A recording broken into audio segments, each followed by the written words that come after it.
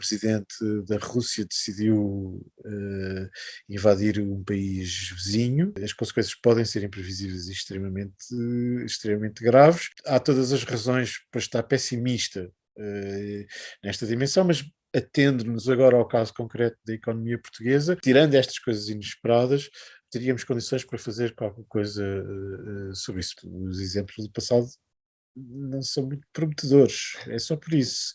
É um pouco por isso. Agora, cá está, a história é feita destas surpresas também. Covid, Putin, de repente Portugal começa a utilizar bem o dinheiro europeu. Sei lá, estas coisas podem acontecer. Luciano Amaral, professor de História da Economia na Universidade Nova de Lisboa.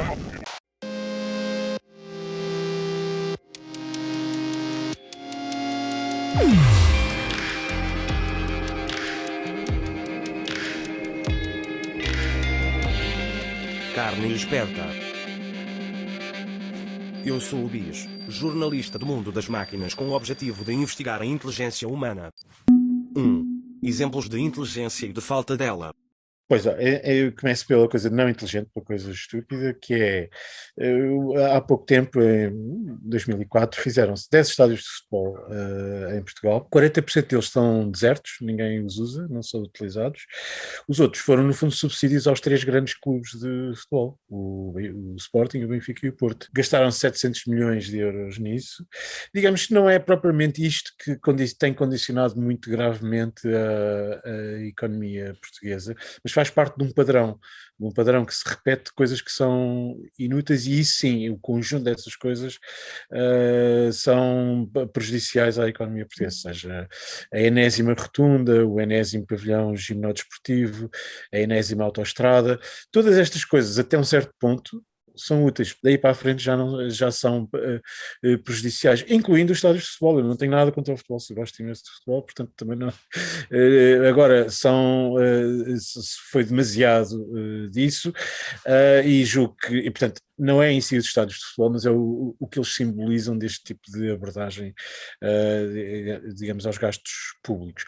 Coisas inteligentes que eu acho que foram feitas na economia portuguesa foi, desde há muito tempo, desde essencialmente a Segunda Guerra Mundial, a nossa ligação aos outros países europeus em termos de comércio internacional. Primeiro com a EFTA, em 1960, e já antes com outras organizações internacionais, depois mais tarde com a CE, nos anos 70, que depois deu origem à União Europeia, mas mesmo aqui nas coisas inteligentes, há sempre uma questão de ponto ótimo que deve ser tomada em consideração, porque há a tendência para ir um pouco longe demais nisso, que é uma coisa boa. Por exemplo, a adesão à União Económica e Monetária e ao euro colocou-nos uma série de problemas, uma série de dificuldades que os passos anteriores não tinham colocado. Portanto, também aqui é uma coisa genericamente boa, excelente, aliás, esta ligação aos outros países, mas de facto, a partir de um certo ponto há um excesso que talvez não seja tão interessante assim. 2. Para decisões históricas, são mais importantes os indivíduos ou o contexto? Eu atribuiria às duas coisas, isto é, o contexto é muito forte, não necessariamente obriga, mas que dá incentivos muito fortes para fazer certas coisas, mas depois há indivíduos que são excepcionais para o bem ou para o mal, para usar exemplos históricos. Um pouco dentro do contexto daquilo que se está a passar atualmente na cena política internacional. Em 1939 havia todas as condições para começar uma guerra entre a Alemanha e outros países. Mas a pessoa que estava à frente da Alemanha tinha características excepcionais, más neste caso, mas características excepcionais de qualquer maneira. E, portanto, uma guerra que poderia ser limitada por causa de problemas da Alemanha transformou-se numa guerra mundial, porque o líder da Alemanha tinha ideias que iam muito para além da simples resolução de alguns problemas que existiam da relação entre a Alemanha e os outros países da Europa. Portanto, julgo que há sempre uma combinação das duas coisas. É o contexto que, obviamente, condiciona muito, e depois as pessoas, enquanto intérpretes desse contexto, digamos, há uma certa margem de liberdade dentro do contexto para elas interpretarem, e eu julgo que a combinação dessas coisas acaba por criar ela própria novos contextos, onde aparecerão novos protagonistas. Portanto, julgo que as duas coisas devem ser consideradas. E, aliás, tocando ainda no mesmo exemplo, em 1940, um ano depois disto que eu estava a dizer, a Inglaterra foi-lhe oferecida, digamos, o líder alemão que tinha começado a guerra em 1939, ofereceu à Inglaterra a possibilidade de fazer a paz imediatamente e acabar a guerra, com a Alemanha, digamos, a controlar toda a Europa em divisão com a União Soviética, ou continuar a guerra. E houve dois protagonistas que tinham duas ideias diferentes. Quem ganhou foi a pessoa que disse que nunca faria um acordo com o Hitler, que foi o Churchill. Seguiu-se a Segunda Guerra Mundial até ao fim, com enormes consequências, mas o Hitler foi derrotado. Se tivesse ganho, houve um debate parlamentar durante uns dias, na primavera de 1940, em que a Inglaterra, por pouco, escolheu fazer a paz com o Hitler, mas decidiu o contrário.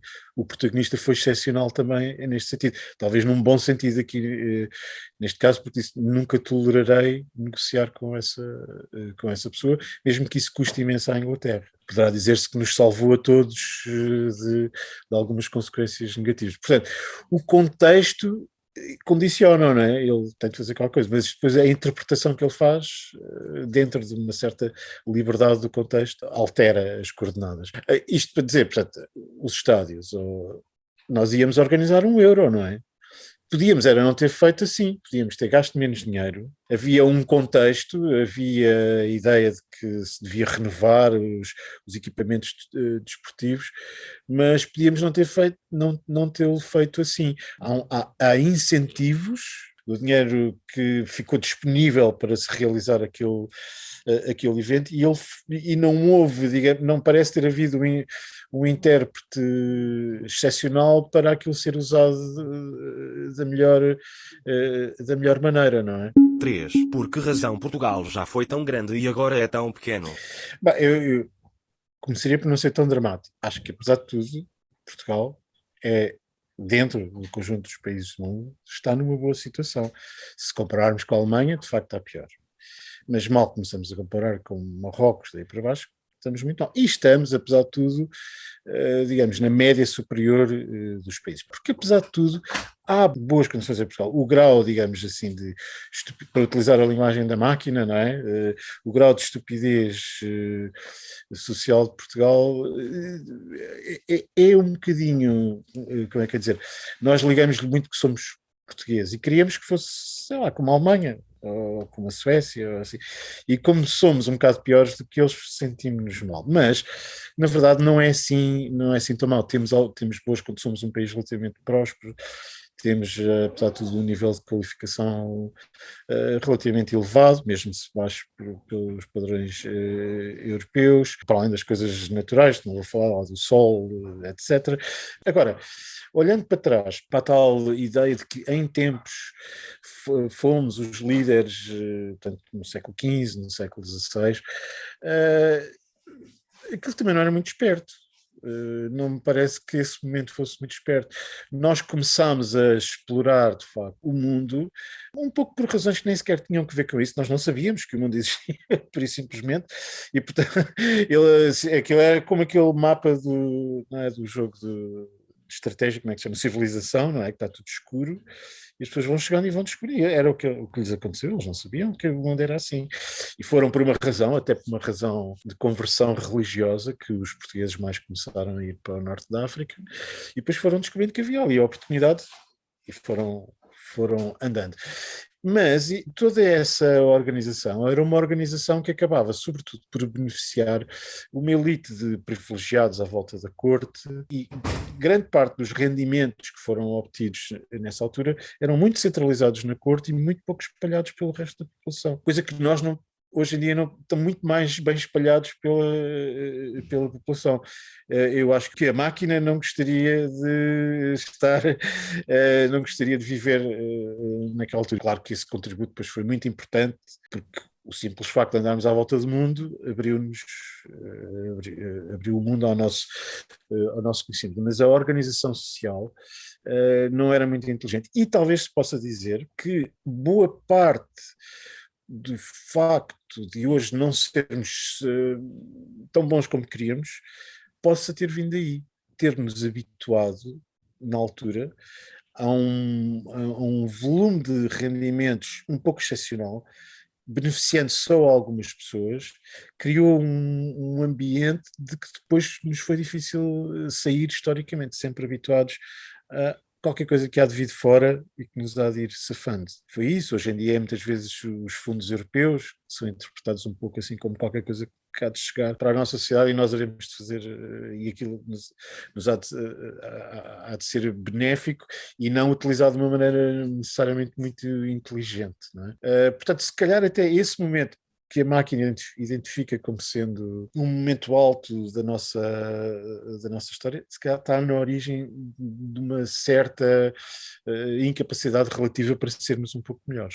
Por exemplo, se medirmos a riqueza média dos portugueses, o PIB per capita, ele é hoje muito mais alto do que era nessa altura. Uma das coisas mais importantes que aconteceu na história da humanidade foi a industrialização, a partir do século XIX, em que uma série de países, não muitos, vendo bem naquela altura, apenas um grupo de países se industrializou e se tornou muito mais rico do que todos os outros. Isso nós ainda hoje somos beneficiários disso, ou fomos suficientemente inteligentes, mais uma vez usando a linguagem da máquina, para entrar, a nossa sociedade foi suficientemente inteligente para entrar nesse processo.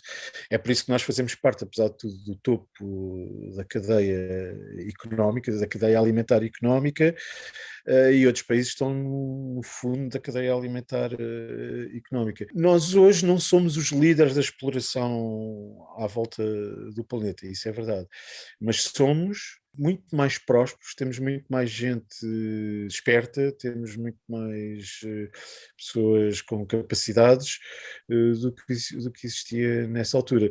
Portanto, a participação nesse movimento, que já não tem que ver com os nossos descobrimentos, mas tem que ver com outros descobrimentos científicos, tecnológicos, do qual, apesar de tudo, nós fazemos parte, embora numa espécie de segunda divisão, mas apesar de tudo estamos nessa segunda divisão dos países que mais entraram nesse processo de desenvolvimento e de melhoria das condições gerais das pessoas. E, portanto, eu diria, um pouco paradoxalmente, que estamos muito melhor agora do que estávamos no século XV ou XVI, por sermos parte deste movimento. Claro que queremos ser melhor, claro, é natural, mas não estamos assim tão mal. 4. Dá para saltar para patamares económicos sem passar pela história normal até lá? Eu sou historiador económico e, portanto, lido muito com processos económicos de longo prazo, e uma das coisas que se fala sempre muito é nas vantagens do atraso. Isto é, quem entrou numa certa onda tecnológica, digamos assim, num certo período, fica como locked in, como é que se diz? Como que encaixado num certo caminho tecnológico que logo corresponde a certos aspectos económicos e sociais. Portanto, fica bloqueado nesse. E outro país que perdeu essa primeira onda pode-se ter atrasado nessa altura em relação ao que apanhou a primeira onda tecnológica, mas o outro que perdeu primeiro, algum tempo mais tarde, tem a possibilidade de saltar para um novo paradigma tecnológico e científico e, no processo, ultrapassar quem ficou bloqueado no tal primeiro paradigma tecnológico. E, portanto, isso é uma conversa muito corrente na história económica e na economia, que é essa capacidade para apanhar uma nova onda tecnológica, digamos, a primeira fase da Revolução Industrial, o carvão. Mas, no fim do século XIX, apareceu a eletricidade. Os países que tinham desenvolvido toda a sua tecnologia à volta do carvão estavam como que encaixados naquela tecnologia. Um país que não tivesse apanhado essa primeira onda tecnológica podia dar logo o salto para a eletricidade com maior produtividade. Isso é possível. Mas, de facto, é preciso uma série de condições coadjuvantes, apesar de tudo. Por exemplo, se olharmos outra vez para esse exemplo de carvão e eletricidade, para se começar a manipular a tecnologia da eletricidade, era preciso já ter algumas pessoas com conhecimentos, com educação, porque senão nunca se conseguiria apanhar essa outra onda. Portanto, é sempre necessário qualquer coisa que seja coadjuvante para se darem esses saltos. Por exemplo, na África. é muito difícil imaginar, ou só, digamos, numa certa visão romântica da África, é que se pode imaginar que um país, sei lá, como Moçambique, neste momento, de repente, passa a ser um potentado da economia digital. A ver, não se está a ver. É um país, vê-se até pelas notícias que se ouvem, envolvido numa guerra por causa de uma guerra semi-religiosa, semi-social, por causa da exploração de gás no norte de Moçambique, no norte do país. Não estamos a ver esse país com capacidade para fazer isso. As condições de vida das pessoas em Moçambique são tão baixas que isso não é possível. Agora, um país um pouco atrasado, mas que já tenha alguns elementos que permitam interpretar bem um novo paradigma tecnológico, pode fazê-lo. No meu livro, se a máquina o leu bem, não é?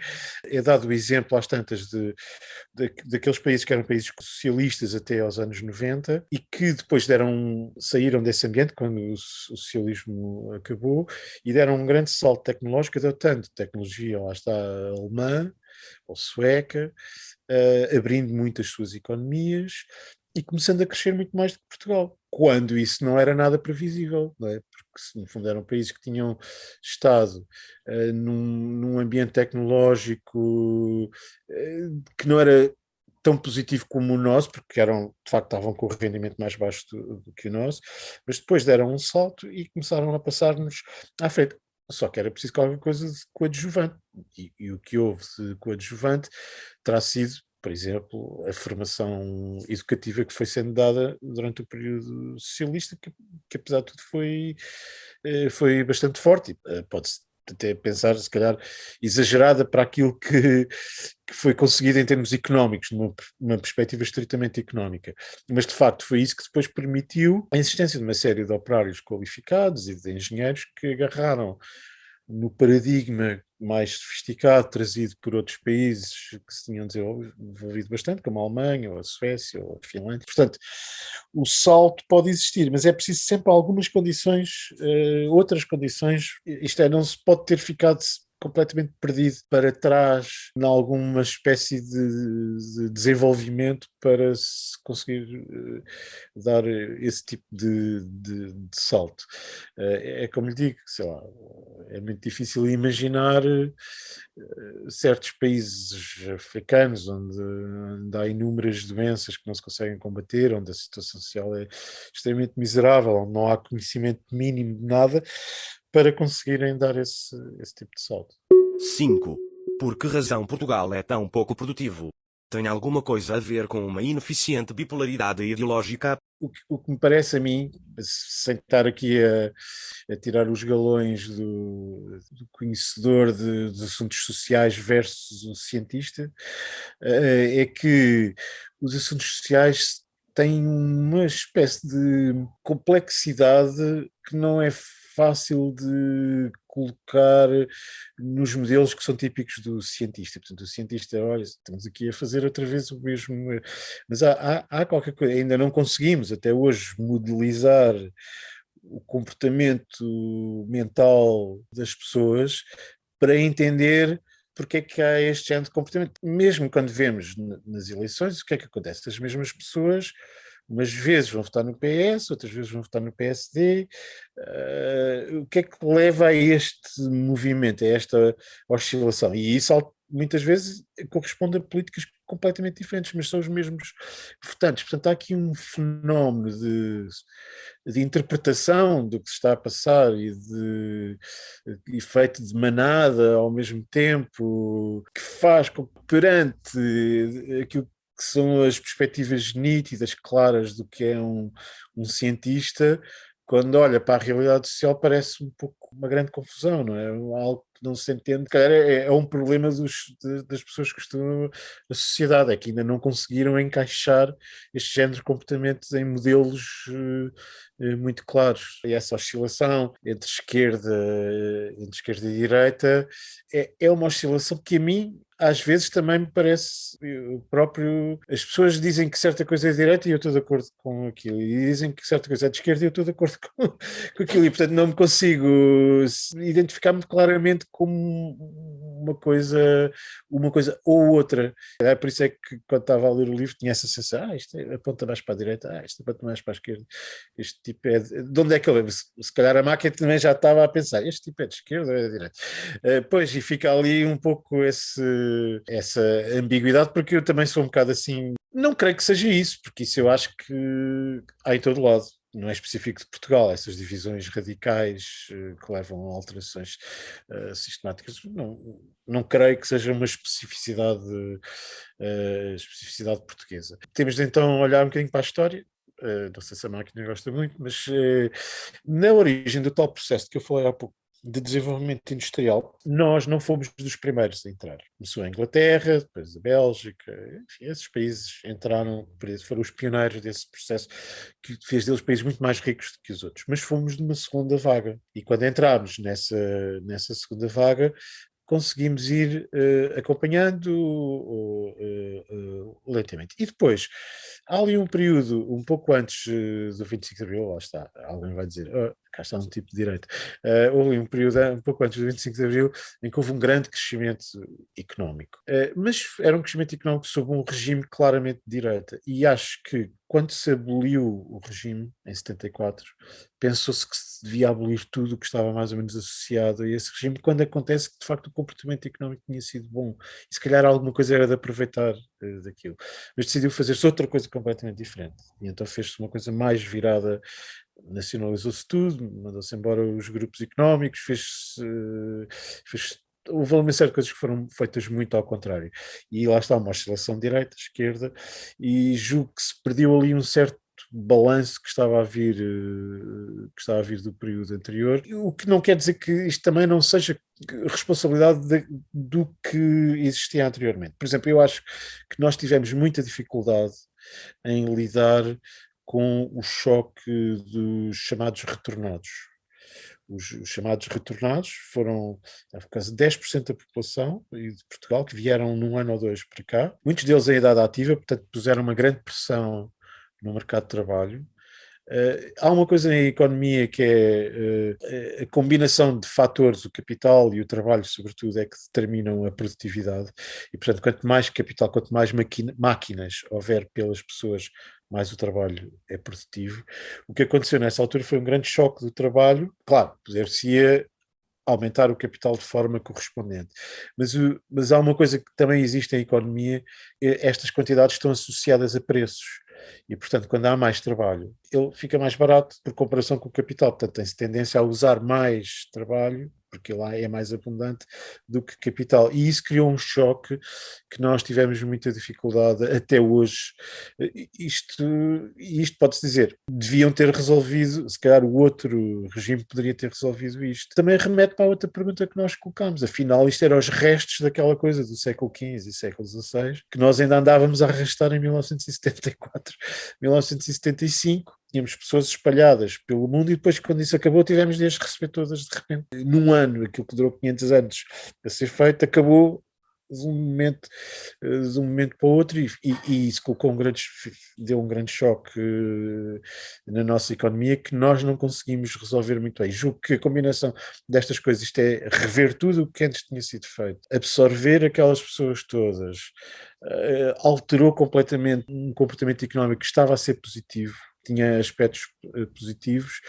Talvez com alguma reforma se pudesse continuar mais ou menos por aquele caminho, e alterámos muito, e julgo que ficámos num caminho um pouco mais baixo do que poderíamos ter ficado se tivéssemos seguido alguma coisa do que veio de trás. Portanto, a origem, diria, são duas: um certo atraso na chegada à onda, à idade da industrialização moderna, e depois algum desperdício a meio do caminho de coisas que estavam a correr bem e que nós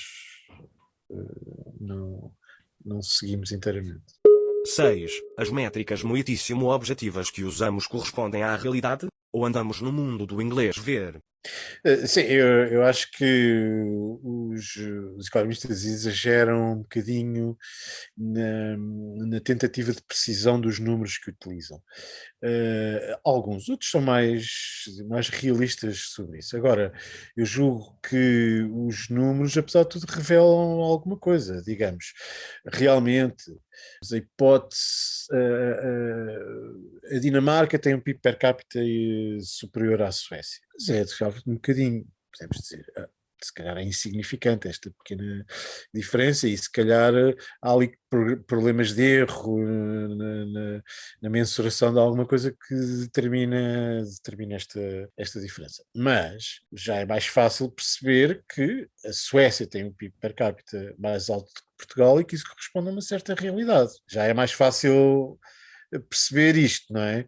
E mais ainda a Suécia e, digamos, a Nigéria, por hipótese. Portanto, não são tão precisos quanto às vezes os economistas gostariam, mas são ordens de grandeza que nos dão uma indicação, nos dizem qualquer coisa sobre a realidade. Isto aplicado à tal questão do inglês ver, que é, sim, Portugal, muitas pessoas licenciadas, muitas pessoas com o 12º ano, mas afinal, o que é isso? A que é que isso corresponde? Tem toda a razão. Acho que é verdade e acho que o conteúdo da educação tem mudado ao longo do tempo. Um 12º do meu tempo é diferente do 12º do seu tempo, não necessariamente para melhor nem pior, simplesmente é diferente.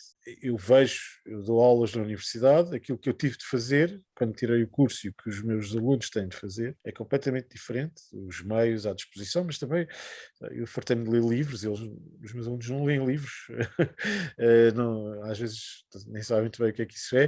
Portanto, é verdade, o conteúdo é completamente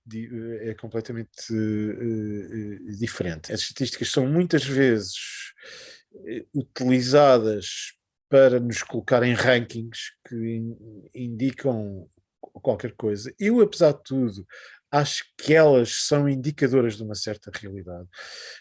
E acho que, apesar de tudo, simplesmente ter passado alguns anos num ambiente em que se está a aprender, e é verdade que ultimamente, um bocado por causa destes rankings e números internacionais que as organizações internacionais gostam de ter, quantos licenciados, quantas pessoas com o 12º, etc., se facilita no sentido de vamos deixar aumentar, digamos, os nossos números estatísticos de pessoas que fizeram o 12º ou de que tiveram uma licenciatura, mesmo que pessoas às vezes vão para cursos de ciência e não sabem resolver equações do primeiro grau ou coisa assim do género, mas estão lá, né? Pronto, chegaram lá e mais um licenciado. Não sabe somar frações e é de física, olha, azar. Realmente há um pouco isso, não é? Há essa coisa para inglês. Mas isso corresponde a alguma realidade. Uma outra coisa que é interessante é, muitas vezes é melhor não ser uma pessoa com uma formação académica muito completa e ter outro género de qualidades sociais ou de um certo espírito de empresa ou de fazer coisas que não seja só estudar e ficar muito formatado por uma certa formação escolar, etc. Eu também estou plenamente de acordo com isso. E isso também revela, lá está, a flutuação destes conceitos. 12º, de facto, são muito diferentes, 12º, mas também é diferente uma pessoa que acaba com 13 e uma pessoa que acaba com 18. Mas há, de facto, outras qualidades intermédias, fora dessa classificação académica, que devem ser valorizadas. E, de facto, um estudante que a certa altura desliga de estar a estudar e vai ao cinema, fazer qualquer coisa que não seja estar agarrado mais ao livro, revela algumas características que às vezes são muito interessantes para fazer coisas diferentes. Às vezes um aluno muito dedicado só ao estudo, onde pode, digamos, entender aquilo que no papel está escrito, mas há alunos que às vezes não vão até ao fim porque já apanharam aquilo e dizem, não me importa, agora vou fazer outra coisa, que têm características que podem ser importantes, e de facto é isso, às tantas estamos a subir nos rankings dessas classificações, só para mostrar que estamos a subir nos rankings. Por um lado, a formação nem sempre é boa, porque às vezes é um pouco à pressa, e por outro lado também é verdade que há outras coisas que deviam ser valorizadas e não só a formação escolar. 7. Em tempos escreveu o seguinte: seja o que for que venha a acontecer, as perspectivas não entusiasmam. Continua com este tom otimista? Vamos lá ver. Isso foi escrito em 2010. A seguir, o que aconteceu foi a intervenção da Troika. Tivemos uma grande crise, imensas pessoas ficaram desempregadas, perderam rendimentos. Posso dizer que foi uma previsão pessimista, mas infelizmente acertada. Eu não repeti agora essa mesma, não repeti a frase, até porque não vale a pena estar sempre a escrever a mesma coisa, porque na altura de facto já havia sinais muito importantes de que estaríamos a aproximar-nos de um momento muito grave. Neste momento não há sinais disso, pelo menos em termos económicos, enfim. No momento em que estamos a falar, sabe-se que um presidente da Rússia decidiu invadir um país vizinho. As consequências podem ser imprevisíveis e extremamente graves. Há todas as razões para estar pessimista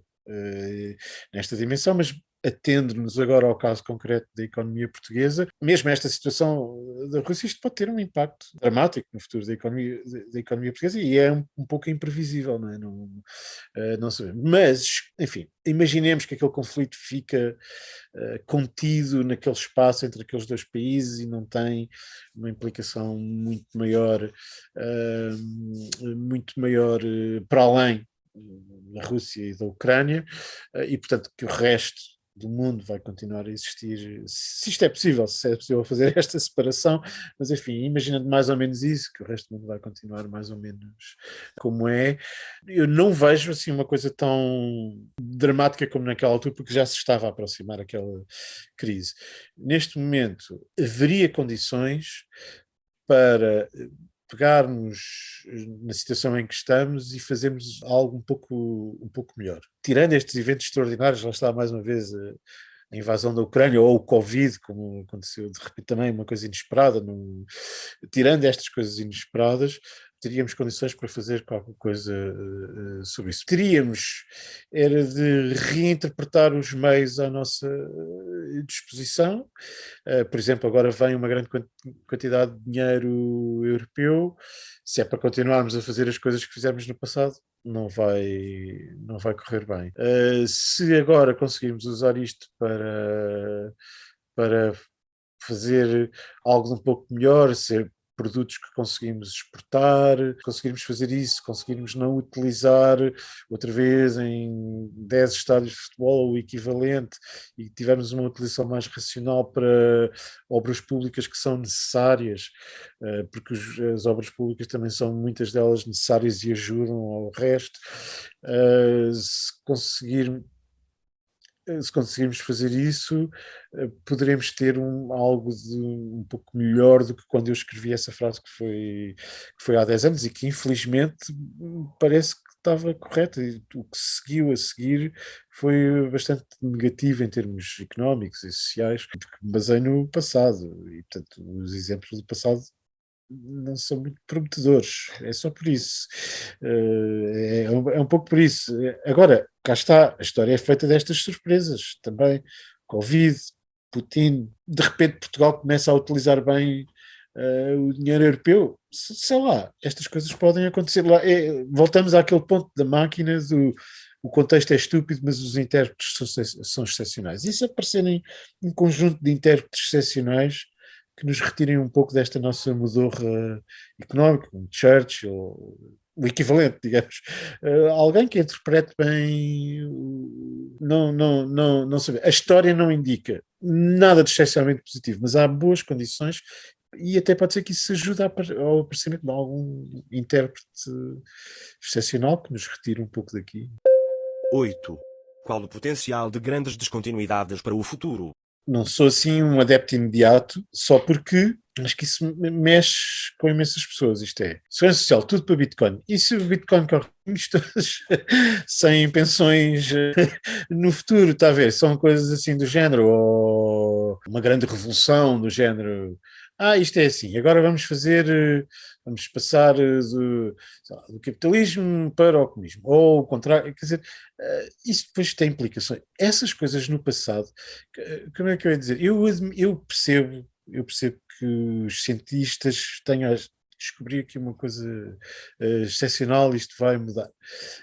Mas depois há o descobrir e há o aplicar. O que acontece para quem olha para a história é que começa a olhar para aquilo que aconteceu. E há tragédias horrorosas, muitas vezes, a maior parte das vezes geradas por essas grandes ideias de descontinuidade. Milhões de pessoas morreram nos campos de concentração da Alemanha nazi ou da União Soviética até aos anos 90, porque alguém um dia vamos acabar com o que está e fazer uma coisa novo, uma sociedade nova, completamente nova. E, portanto, digamos, o meu receio não é por eu não ser, eu às vezes até, quer dizer, nas minhas coisas pessoais faço coisas descomprometidamente, mas quando aplicada a uma realidade que tem implicações para a vida de toda a gente, tenho um bocado de receio disso. Portanto, em termos políticos, se quiser, ou em termos económicos, ou em termos sociais, tenho receio de alguém que chega e diz isto, já sei o que é que se pode fazer. Mesmo se, lá está, como lhe digo, mesmo em termos pessoais eu não seja assim, em termos políticos e tenho um bocado de receio disso. Por conhecer a história e por conhecer, digamos, os horrores da história que nasceram de ideias assim muito bruscas, de rupturas bruscas. 9. O que me recomenda para perceber melhor os humanos? Por defeito profissional, história. Quer dizer, é viajar no tempo, ver como as coisas foram tão diferentes, às vezes de maneiras para nós inimagináveis. E o inimaginável às vezes significa repetições. Isto é, julgamos que estamos a viver pela primeira vez uma coisa e é curioso, lemos uma coisa de história e dizemos, mas isto afinal já houve qualquer coisa de muito parecido. Por exemplo, há a mania hoje em dia de que vivemos pela primeira vez na idade da globalização. No fim do século XIX, houve uma idade da globalização onde a intensidade do comércio internacional foi muito maior do que até há muito pouco tempo nesta nova idade da globalização. Só que nós não sabemos, não. Eu conheço porque estudo isso, mas a maior parte das pessoas ignora um pouco isso. Um pouco neste contexto, até por causa desta história do que está a acontecer agora na Europa, que é um livro interessante de um Mark Mazauer, que se chama O Continente das Trevas, que é a história, no fundo, a história das coisas que aconteceram deste género, que está a acontecer entre a Rússia e a Ucrânia ao longo do século XX. E que inclui, obviamente, a Primeira Guerra Mundial, a Segunda Guerra Mundial, os regimes fascistas. Portanto, o século XX é um período com muitos eventos deste género e com soluções, as tais soluções muito radicais de quem achava que ia mudar tudo de um momento para o outro. Portanto, quando uma pessoa olha para a história do século XX, mais alguém que vem com uma solução salvífica, não sei, um historiador que liga isto fica assim um pouco preocupado. Os problemas que eles tinham na altura, e é isso, mas às vezes chegamos a experiências que são muito parecidas com as de hoje, ficamos assim, experiências sociais que nós achamos que estamos a fazer pela primeira vez, já se colocavam em 1930, portanto é curioso por esse aspecto. Mas, por exemplo, a palavra robô, sabe de onde é que vem, não é? Vem da palavra rabot, que é eslava, russa checa. Aliás, quem inventou essa palavra é um escritor de ficção científica checo, que escreveu A Guerra das Salamandras. E a palavra rabot quer dizer trabalho. Está a ver? E depois foi utilizada. E nós associamos muito a ficção científica americana ou agora à investigação americana, mas na realidade é uma palavra russa que significa trabalho e faz todo o sentido. Mas que é isso? Às vezes a história tem. Isto é uma curiosidade, mas é uma curiosidade que nos faz pensar um bocado nas coisas. Terminei as perguntas. Muito obrigado.